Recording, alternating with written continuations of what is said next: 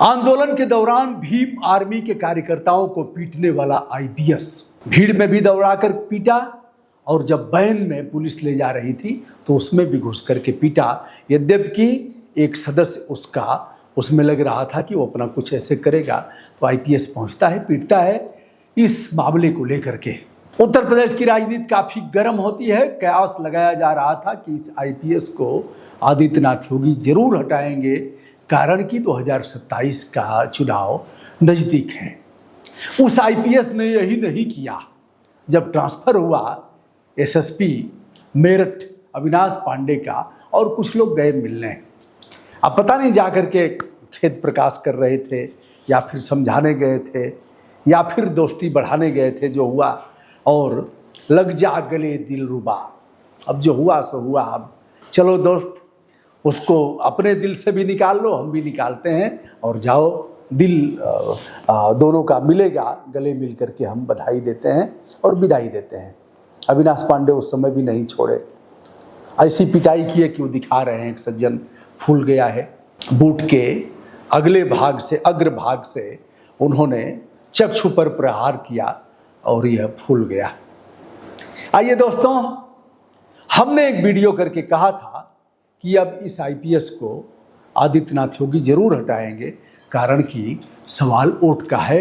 हम उनके उस कृत्य को अच्छा नहीं कर सकते जो किया था, लेकिन हम यह भी कहेंगे पूरे मामले में जब पुलिस का इसमें दोष क्या है, हम उस पर भी बात करेंगे। उत्तर प्रदेश पुलिस महकमे में इस वक्त जो खबर आ रही है वो यह है कि अविनाश पांडे का ट्रांसफ़र हो गया। कई आईपीएस जो जिनकी संख्या 9 में बताई जा रही है, सबका ट्रांसफ़र किया गया है। कहाँ किसको किया गया यह महत्वपूर्ण खबर नहीं है। चौंकाने वाला नाम मेरठ के एसएसपी अविनाश पांडे का है, जिन्हें उनके पद से हटाकर लखनऊ स्थित पुलिस महानिदेशक मुख्यालय से संबद्ध यानी अटैच कर दिया गया है। पश्चिमी उत्तर प्रदेश के इतने महत्वपूर्ण जिले के कप्तान को अचानक पद से हटाया जाना प्रशासनिक और राजनीतिक हलकों में चर्चा का कारण इसलिए बना हुआ है कि जो पूर्व में घटना हुई थी। अविनाश 2015 बैच के आईपीएस अधिकारी और वर्तमान में झांसी के एसएसपी के रूप में तैनात बीबीजीटीएस मूर्ति को मेरठ का वरिष्ठ पुलिस अधीक्षक यानी एसएसपी बनाया गया है। झांसी में अप्रैल 2025 से कार्यरत रहने वाले आईपीएस कासगंज और कानपुर देहात जैसे जगह पर कप्तानी कर चुके हैं और मूल रूप से हैदराबाद के रहने वाले हैं। कुल मिलाकर के अब यह मेरठ की कमान संभालेंगे। ट्रांसफर होते रहते हैं, आना जाना बना रहता है। कुछ लोग कप्तानी 10 जगह कर लेते हैं, किसी को एक जगह भी करने का अवसर नहीं मिलता है। यह शासन का एक स्याह पक्ष है और जो कप्तानी कर लेता है वो अपने को पूर्णता महसूस करता है कि हमने कप्तानी कर लिया। अविनाश पांडे महज 5 महीने पहले ही 4 फरवरी 2026 को विपिन टांडा के स्थान पर मेरठ जिले के कप्तान बने थे। 5 महीने के इस संक्षिप्त कार्यकाल के दौरान अविनाश कई वजहों से लगातार सुर्खियों के साथ साथ विवाद में बने रहे। मार्च में होली के अवसर पर पैदल ही पुलिस लाइन जाना और आरक्षियों के साथ उनके कंधे पर बैठ करके डांस करना, समारोह के दौरान गाना गाना, ठीक है, यह सब कलात्मक चीज़ें हैं। इससे उनके आरक्षी भी खुश रहेंगे, अपने भी खुश रहेंगे, क्योंकि प्लेटो ने कहा था शरीर को स्वस्थ रखने के लिए व्यायाम और मन को स्वस्थ रखने के लिए संगीत की आवश्यकता है और इसकी ज़रूरत भी है, क्योंकि हमारे पुलिसकर्मी डिप्रेशन में रहते हैं। उनको सांस्कृतिक कार्यक्रमों से जोड़ा जाना चाहिए।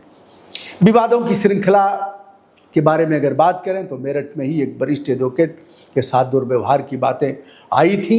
अब वकील साहब के पास भी वर्दी है, इनके पास भी वर्दी है और दोनों वर्दी में भिड़ा भिड़ी होती रहती है। इससे पहले पीलीभीत में तैनाती के दौरान एक गेस्ट हाउस में उनके साथ मारपीट की घटना हुई थी, जबकि मऊ में पोस्टिंग के दौरान जब वो ट्रेन से प्रयागराज जा रहे थे उस समय अटेंडेंट के साथ भी मारपीट की बात सामने आई थी।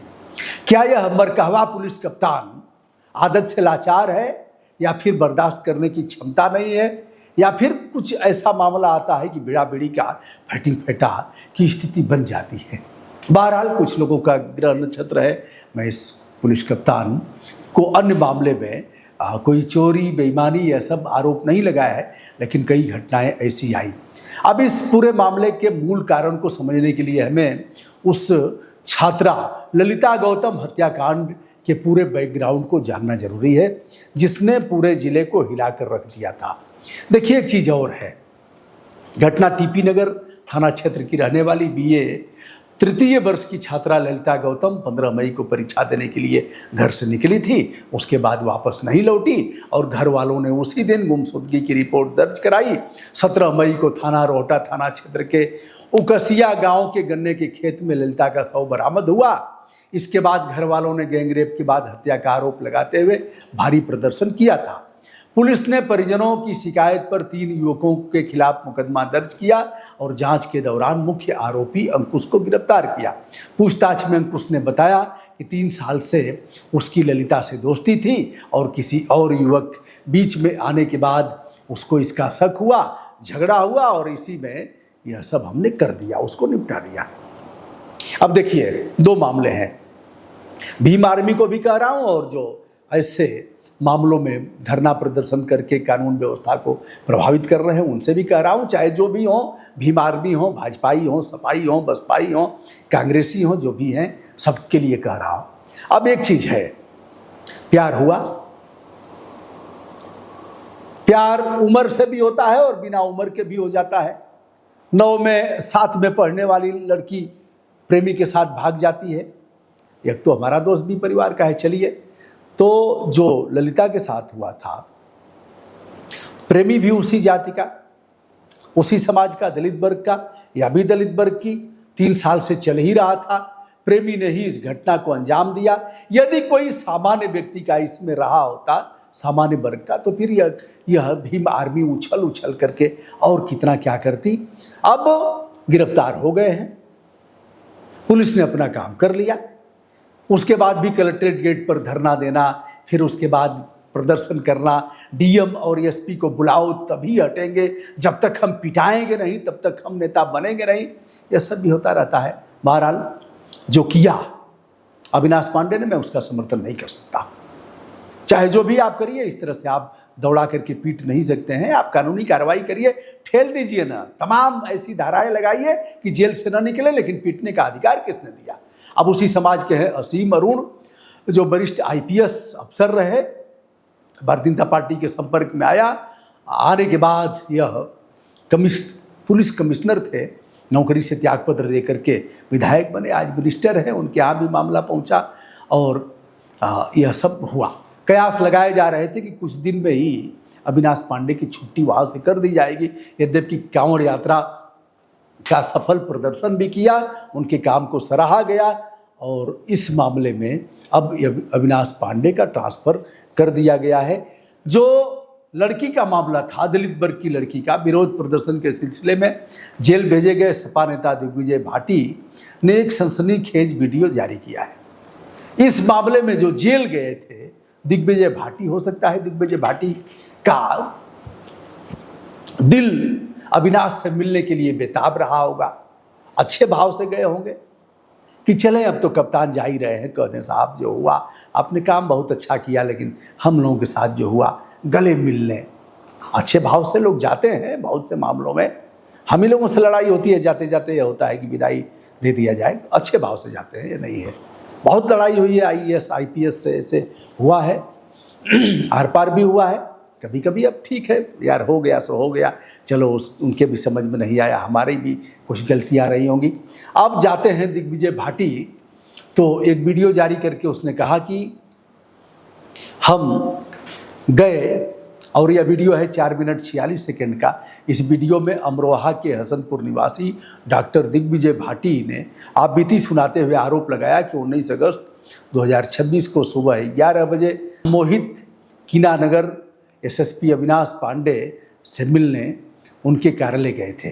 दिग्विजय भाटी के मुताबिक उन्होंने सोचा था कि प्रदर्शनकारियों की कोई गलती नहीं है, एसएसपी साहब से मिलकर माफ़ी मांग लिया जाए और मिलकर के उन्हें आभार जताया जाए। लेकिन एसएसपी ने देखते ही कहा, 40 रुपए का कुर्ता पहनकर नेता बनते हो, हमसे टकराओगे।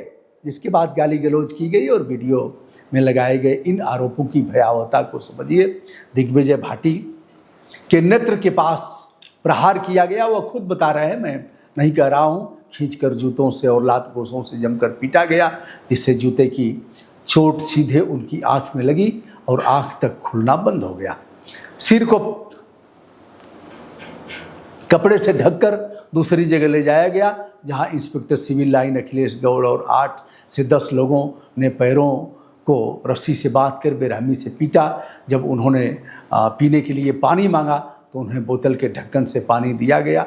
अब बोतल के ढक्कन से इसलिए कि चोट लग गई है, ज़्यादा पानी पिएगा तो या नुकसान पहुंचेगा, चाय वाय पिलाते हैं लोग, मतलब चोट लगती है तो। दिग्विजय भाटी और मोहित का यह भी गंभीर दावा है कि एसएसपी अविनाश पांडे ने एनकाउंटर की पूरी प्लानिंग कर लिया था। ये भैया जब एनकाउंटर का प्लानिंग कई ले रहे वरिष्ठ कप्तान तो का गए लड़ला, अरे चुपचाप घरे रहल होता। जब पता रहला कि पिटवाई बिना पिटवोले मानी ना तो काहे करेजा फाटत रहे तोहार, लेकिन गईला तो ओकर दंड मिलल।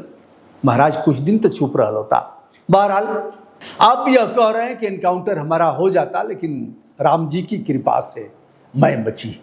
इस वीडियो के सामने आते ही शुक्रवार को सुबह समाजवादी पार्टी के विधायक अतुल प्रधान ने अपने आवास पर एक प्रेस कॉन्फ्रेंस बुलाया, जिसमें एक आंख पर पट्टी बांधे हुए दिग्विजय भाटी और मोहित जाटव भी मौजूद रहे। सपा विधायक अतुल प्रधान ने कहा तल्ख शब्दों में, एसएसपी अविनाश पांडे और inspector civil line Akhilesh Gaur ने जितनी बर्बरता की है वह बेहद चिंताजनक है। उन्होंने मांग किया कि सरकार केवल इनके हटाने से काम नहीं चलेगा, बल्कि पूरे प्रकरण का संज्ञान लेकर तत्कालीन एसएसपी और इंस्पेक्टर अखिलेश गौड़ समेत इस मामले में शामिल सभी के खिलाफ मुकदमा दर्ज किया जाए। विधायक ने यह भी आरोप लगाया कि घटना के बाद पीड़ितों से जबरन एक फर्जी लेटर लिखवाया गया कि उनका स्कूटी से एक्सीडेंट हुआ है। अतुल प्रधान ने कहा कि वे इस पूरे मामले की जानकारी सपा मुखिया अखिलेश यादव को दे चुके हैं। यह मामला किस कदर प्रशासनिक और राजनीतिक रूप से तूल पकड़ चुका है, इसका अंदाजा इसी से लगाया जा सकता है कि आज़ाद समाज पार्टी के प्रमुख सांसद चंद्रशेखर रावण ने भी सोशल मीडिया प्लेटफॉर्म एक्स पर पोस्ट करके पुलिसिया बर्बरता पर सीधे सवाल उठाए हैं। चंद्रशेखर ने लिखा, हिरासत में हुई यह बर्बरता कानून व्यवस्था और पुलिस की जवाबदेही पर गंभीर सवाल खड़ा करती है। उन्होंने मुख्यमंत्री योगी आदित्यनाथ को टैग करते हुए लिखा कि यह पुलिसिंग नहीं बल्कि वर्दी की ताकत का नाजायज दुरुपयोग और हिरासत में यातना है।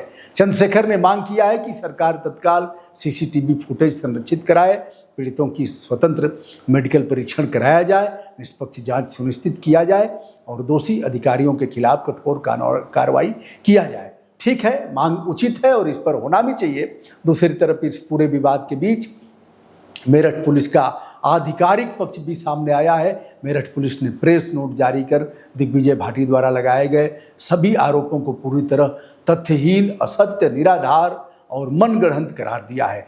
पुलिस के प्रेस नोट के मुताबिक संभल निवासी दिग्विजय सिंह भाटी और मेरठ के कीनानगर निवासी मोहित जाटव दोनों अपने अपने थानों के हिस्ट्री शीटर हैं और उन पर कई आपराधिक अभियोग पंजीकृत हैं। पुलिस का दावा है कि 19 अगस्त 2026 को दोनों व्यक्ति थाना सिविल लाइन पर अपने खिलाफ दर्ज मुकदमे के संबंध में वार्ता करने पुलिस कार्यालय आए थे। वापस घर जाते समय स्कूटी से फिसलने में दोनों गिरकर चोटिल हो गए, जिसकी जानकारी उन्होंने खुद थाना सिविल लाइंस पर प्रार्थना पत्र देकर दिया था, जिसका उल्लेख GD नंबर 53 में 17:31 पर अंकित है। इस बेहद संवेदनशील और हाई प्रोफाइल मामले का संज्ञान लेते हुए ADG मेरठ भानु भास्कर ने पूरे प्रकरण की जांच सहारनपुर के DIG अभिषेक सिंह को सौंप दिया है। वहीं दूसरी तरफ शासन की इस 9 IPS अफसरों की तबादला सूची में जो लोग हैं उनका नाम पढ़ देता हूं। गोंडा के SP विनीत जायसवाल को सुल्तानपुर का SP बनाया गया है, जबकि सुल्तानपुर के SP चारू निगम को लखनऊ 112 में SP नियुक्त किया गया है। अब बड़ा सवाल यह उठता है कि क्या यह घटना आने वाले विधानसभा चुनावों के राजनीतिक समीकरणों को सीधे तौर पर प्रभावित करेगी। पश्चिमी उत्तर प्रदेश का मेरठ जिला हमेशा से सियासी हलचलों का केंद्र रहा है। देखा जाए तो राष्ट्रीय आंदोलन के इतिहास में भी 1857 की क्रांति जो मंगल पांडे ने जिसका सूत्रपात किया था, वह मेरठ क्या कुछ नया गुल खिलाएगा अविनाश पांडे द्वारा जो भीम आर्मी के लोगों को पीटा गया, पहले भी पीटा गया और जाने के बाद भी पीटने के जो आरोप लगाए जा रहे हैं, क्या इससे वहाँ की राजनीति कुछ बदलेगी? आपका क्या कहना है बताइएगा। लेकिन खाकी की निरंकुशता, अमानवीयता और बर्बरता का एक भयावह उदाहरण हो सकता है यदि यह घटना सत्य है तो। एक वरिष्ठ अधिकारी का रवैया ऐसा है तो यह योगी सरकार के जीरो टॉलरेंस के दावों पर बहुत गहरा धब्बा है।